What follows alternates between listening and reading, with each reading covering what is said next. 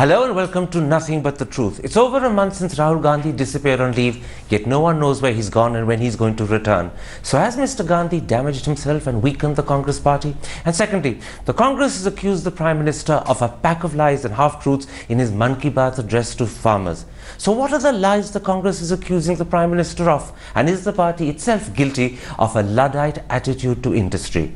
Those are the two key issues I shall explore today with the party's chief whip in the Loksabha, Jyotiraditya Scindia. Mr. Scindia, let's start with Rahul Gandhi. As I said, over a month since he disappeared on leave, no one knows where he is or when.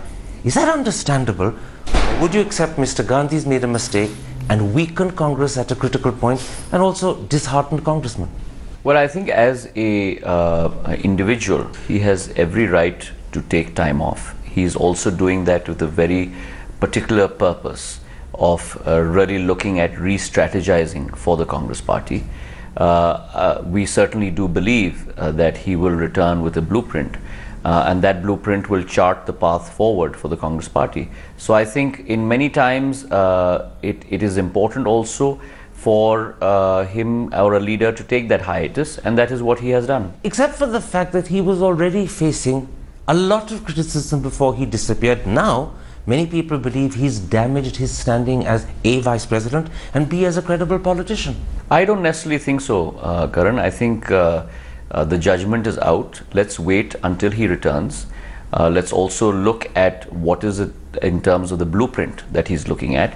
And I think based on that, then you and I can take a judgment call post we see that blueprint. Except large sections of the press and large sections of the Indian public who used to derisively call him Pappu, now think of him as a joke. Doesn't that worry you as a congressman that your potential future president is considered a joke? Well, Mr. Gandhi has led from the front many an occasion. For example, the second part of this interview, what we're going to talk about, which is the land acquisition bill, was very much seeded by him in 2012, 2011. And at this critical point, he's disappeared. When the fight is needed, he's absent. Well, not quite. He still is very much spearheading many of the movements, such as the movement at Jantar Mantar, which was heralded by the Congress. I do believe that, as I said, that he will come back with a game plan for the Congress. You mentioned the fact that he's in some sense spearheading the fight, but I don't know how. Let me put this to you. Sonia Gandhi has stepped into the breach after Rahul Gandhi disappeared. She led the 14 opposition party march to Rashtrapati Bhavan, and many, if not all, the opposition parties recognized her publicly as not just the face, but the leader of the united opposition for that one subject. And it made a lot of congressmen say, if Rahul Gandhi had been party president, this wouldn't have been the outcome. His absence has actually led to his limitations being revealed, and that's damaging. I don't agree with your assertion. I do believe that Mrs. Gandhi has always led from the front. It's ironic and kind of interesting to see a lot of people pick up this example.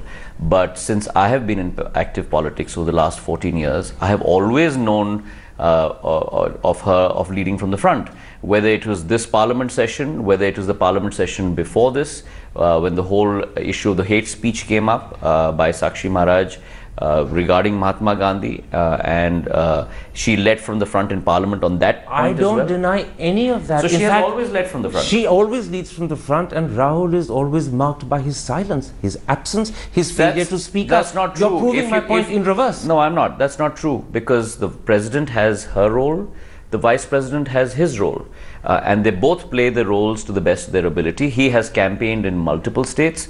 It has led to multiple dividends for the Congress in many times. You lost in UP, you lost in Bihar. And certainly in some states where we have lost. So, but I do believe that he has his leadership qualities and she has hers. Let me put it like this. Before Rahul Gandhi disappeared, there are a lot of people, Karan, who are like yourselves, leading into this part of the debate. My thinking is very clear. As a party person, I have a president in the form of Sonia Gandhi. I have a vice president in the form of Rahul Gandhi. A vice president who's actually gone missing. No one knows where he is. No one knows when he's going to come back. He has, as I said, he has taken a leave of absence. That leave of absence has been taken with the permission of the president of the Congress party.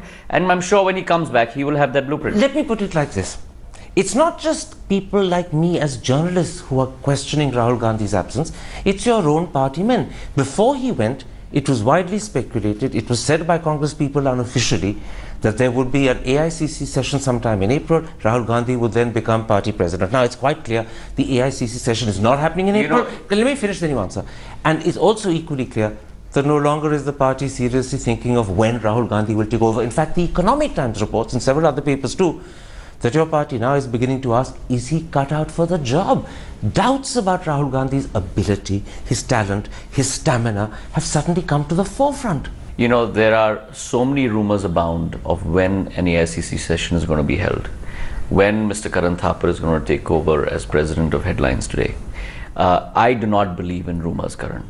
I don't believe until I see a date of an announcement of an AICC session or the dates of Parliament or decisions being taken. That's what I believe in. Until then, I think it's more important for people like myself to work on the ground, to work on the basis of the responsibility that has been given to us twofold. One, by the people of our area, and two, by our party. And I think concentrate on that as opposed to a huge amount of rumor mongering about when events are going to be held, who is going to take over, whether someone is likely to take over or not. But it's not rumor mongering. Read the front page of Saturday's Hindu. Amarinder Singh, the deputy leader of the Congress in the Loksabha, has in an interview said it is essential that Sonia Gandhi continue as party president for the foreseeable future. And he adds, and this is the telling bit, Rahul Gandhi needs to continue as vice president. He has a lot to learn from Sonia Gandhi. That's Amarinder Singh, your deputy leader, saying that he's not ready to be president. That may be his personal opinion. I will not comment on anyone else's personal opinion. I never have in my 15-year tenure as a parliament member. He's speaking as deputy leader of the Congress party. Well, I do believe that he's speaking in his personal opinion. You and I may agree to disagree, but I certainly will not comment on someone else's comment. There are a lot of people who comment one way and a lot of people who comment the other way. I prefer not to comment on this issue at all until the decision is taken. Don't comment on the issue. But the fact that the deputy leader is now expressing a lack of confidence in Rahul Gandhi is embarrassing for Rahul Gandhi. But I don't agree with that comment. I think he has all the leadership capability. He has shown it. He has many ideas that he wants to implement with respect to democratization, with respect to allowing newer people to come into politics, with respect to the way the party is also moving about in terms of leadership in various states. I think he has many ideas, and let's wait for him to chart out his blueprint. All right, it's a bit like waiting for Godot, but let's wait. Let me come to another element of criticism that the Congress has faced this week. Hansraj Bharadwaj, your former law minister, one of the closest loyalists of the Gandhi family, has said Congress won't rise again. He adds, Congress itself is responsible, and he clearly suggests Congress is destroying itself. Well, the first and third statement of his, I don't agree with. But Congress is responsible, you agree with? The Congress is responsible. If we are not responsible, Karan, for the position we are in, who is? And I have always said that. Today, the fact that you are reduced to the number that you are, you cannot point fingers anywhere else except to yourself. Obviously, there are multiple areas on which you tried your best, but you certainly failed. And I think it's important to be able to recognize that. And you and I have conversed on this before, and I have put my ideas forward to you. And I think it's important that we actually internalize that and chart a way forward. And I have also said this, that it has been 1 year where a lot of thinking has been going on, a lot of reinventing of the wheel is going on. I think now we need to move on to execution mode. What are you going to execute? What is that thinking that's led to a conclusion that needs to be executed? Because that hasn't been shared with the public. So I ask you, as someone who's deeply concerned about Congress, what is the thought process you've been through? What's the conclusion you've reached? Well, I and you have shared some of these ideas in an earlier interview. Repeat them for the audience. So, for example, I think one, we have a major problem with regard to our communication strategy. Or we had rather. I think we're communicating much better now with regard to our marketing strategy. There are a lot of programs that we had put in place that we actually didn't convey to the people and right down to the grassroots level. At the end of the day, if you have a wonderful product but you don't market it, it's not going to work. And I think that's where we fell short. Secondly, I also do believe that today we need to grow regional leaderships. I think that's extremely important in a number of our states, and we need to work on that. Third, I also do believe that in many ways as I mentioned, a amalgam of both of these factors to put forward a new vision for India going forward. And I think it's on the basis of that new vision that we need to win the trust of the people. That new vision, does it need to incorporate a new form of thinking about the economy? Does it need to incorporate a new form of thinking about foreign policy? Well, I think that in many ways, a lot of what we have done must continue. But at the same time, I do believe what the Congress party believes in, which is high growth leading to greater revenues, which will then be plowed back for social equity, is certainly the way forward. But I think it has to be a combination of both private sector enterprise as well as social equity. Do you need to be better at articulating the concerns and the aspirations of the middle class? Do you need to become more of an aspirational party? Mr. Chidambaram spoke about this in one of his early interviews after the defeat in May, but thereafter no one else has picked it up. Would you agree with that thought? I would just change tack of your statement slightly. I don't think that we need to be an aspirational party for the middle class. I think we need to be an aspirational party for all of India. And I do believe with that thought. I do believe that all of us in life want to better where we are, and therefore you have to be able to portray and articulate that dream, but then as importantly as in terms of articulating that dream and vision, also make sure that once we come into that position, then we execute on it. But then you're suggesting not just a new message, but a new tone. The Congress needs to be identified with aspiration rather than with identity, caste and the old politics. No, I think the Congress party has always been identified with aspiration. But as times change, along that compendium, the vision line also changes, and you need to constantly move along that tack of changing. So you've fallen back and you need to catch up with the country in a sense. I think in some ways, yes. Hansraj Bharadwaj went one step further. He said that Sonia Gandhi herself needs to share a lot of the blame. His words were, does Sonia Gandhi not understand what happened, why it happened, and who did it? He added, everything is known, that is the style, yet share no responsibility, yet do everything. He was accusing her of not stepping up and not acting. Well, I think that he couldn't be more wrong than what he has articulated. She and both Rahul Gandhi ji have both stepped up to the plate, taken responsibility themselves straight after the election. Also, let's not forget, it's very easy to say when the chips are down, Karan, everything with you is wrong.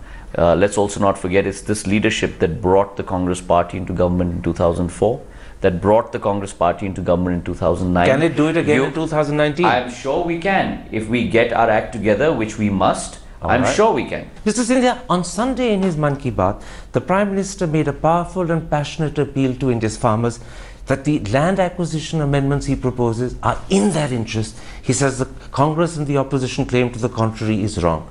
In response, Jairam Ramesh accused him of a pack of lies. Sonia Gandhi on Friday said this is unabashed half-truths. What are the lies you believe the Prime Minister told? First of all, Karan, what is the concept of Mann Ki Baat? The concept of Mann Ki Baat is the concept that you're going to tell the people of the country what is it that you want to preach? But that's a different issue. Let me finish. Or is it that you need to actually hear their Mann Ki Baat and actuate your policies and execute your policies based on that? Well, surely Mann Ki Baat means the Prime Minister expresses his Mann Ki Baat. The Mann Ki Baat this time around was a exercise in trying to ensure and do justice to the Land Acquisition Act. What is wrong with the Land Acquisition Act? Very simple. Number one, the social impact assessment clause 3A completely taken out of the Act, which means that those who own the land... But where are the lies? Where are the lies? Here are the lies. He said that social impact assessment will still be there. We will still make sure that people who are affected by it will be evaluated. Not the case at all. Second, he said that sehmati li jayegi. You will be asked before the land is taken from you. Right? Again, not the case. What the Prime Minister said was that his amendments were in the interest of farmers. I don't believe he said that social impact assessment will continue. He's actually accepting that it will not in several instances continue, and so too the consent clause. He also did say. You're finding it hard to point out what lies he's told, yet you've accused him of lying. If you just give me an opportunity. He said, for example, that the Congress party passed this bill in a great hurry. The Congress party took 2 years of consultation, 1 year with the standing committee before this bill was passed. He's also said that 13 exempted areas that were not included in the earlier bill have been included now in this bill. Not the case. If you look at section 1053, it very clearly stipulates. For the fact that allow me to finish. But those sections weren't brought in by Congress. You could have, you didn't. Yes, they were brought in by Congress.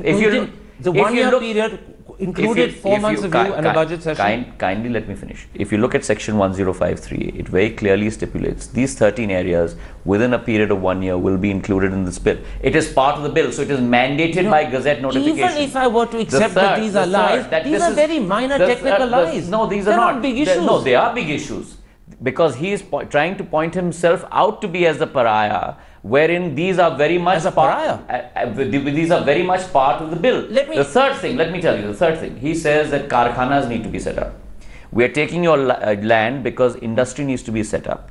There is no argument about the parity of growth with equity. But at the same time, if you allow me to finish, but at the same time, it's extremely important to keep in mind that you are going to displace farmers from their only asset that they have, which is their land, without their volition, which cannot be a bigger crime in this country. Let me now put the Prime Minister's argument as I understand it to you. He says that in fact, making it easier for land to be acquired in specific areas like irrigation, infrastructure, PPP projects and industry is going to facilitate the creation of jobs. That will provide employment opportunities for farmers and their children. Secondly, it will be a considerable and significant step towards ensuring that whole families are not dependent upon small and diminishing plots of land. Both of those are things that will be a great benefit for agriculture and for farmers. How can you deny it? For defense, security and irrigation, the clause was already there in the 2013 bill. Not for infrastructure, not for but why can't you, in this country, you're going to take away people's land without asking them? No, just a moment. Is that fair? Is that fair in any format? For people who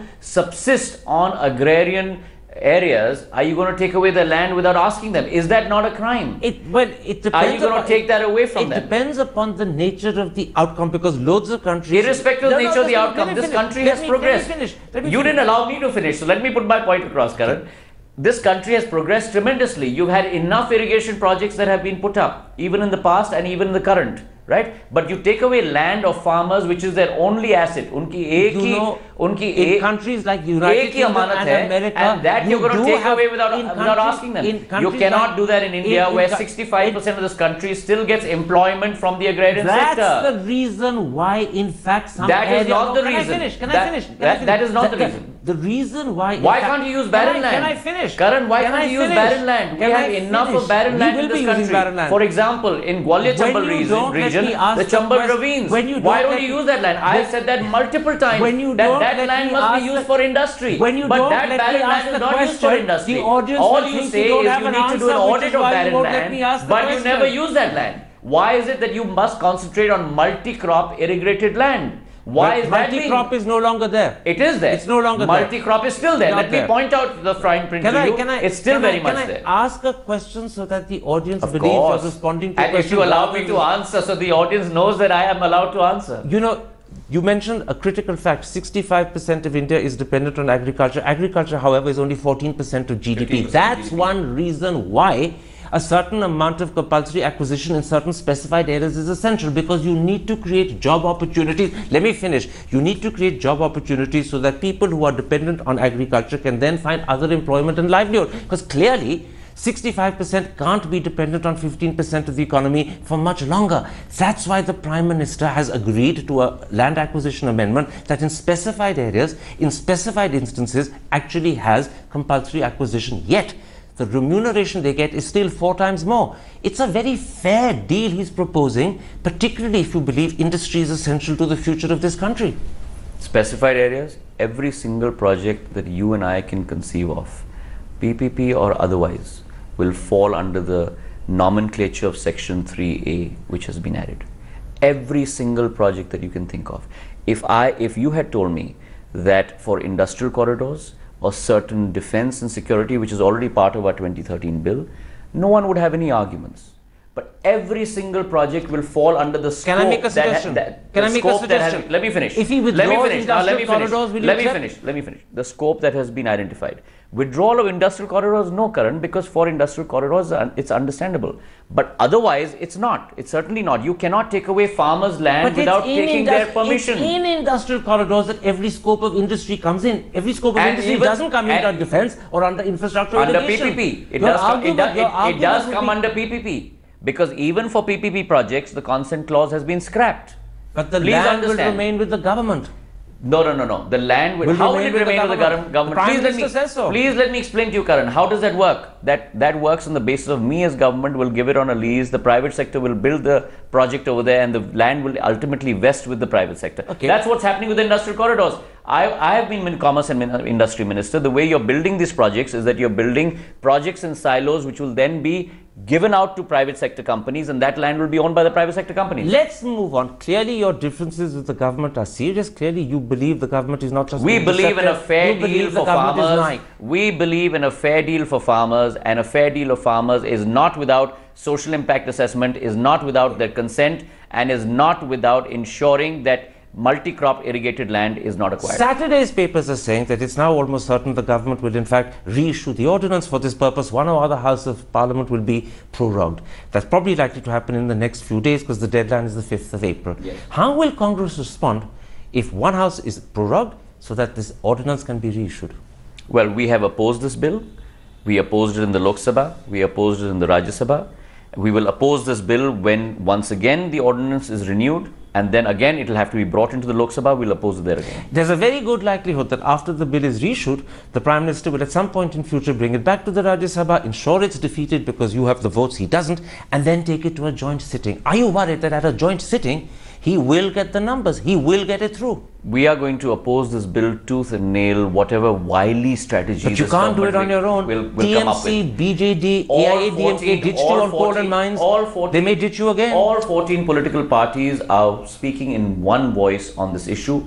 250 members of parliament marched with Mrs. Sonia Gandhi to the President's house. Now Sitaram Yechuri says the small parties have done a deal with the government. Opposition unity is fractured, he says. I don't believe that, not on this issue, because it deals with the lives of 65% of our population, but time will tell. So you're absolutely confident that even if it goes to a joint sitting, you will still win?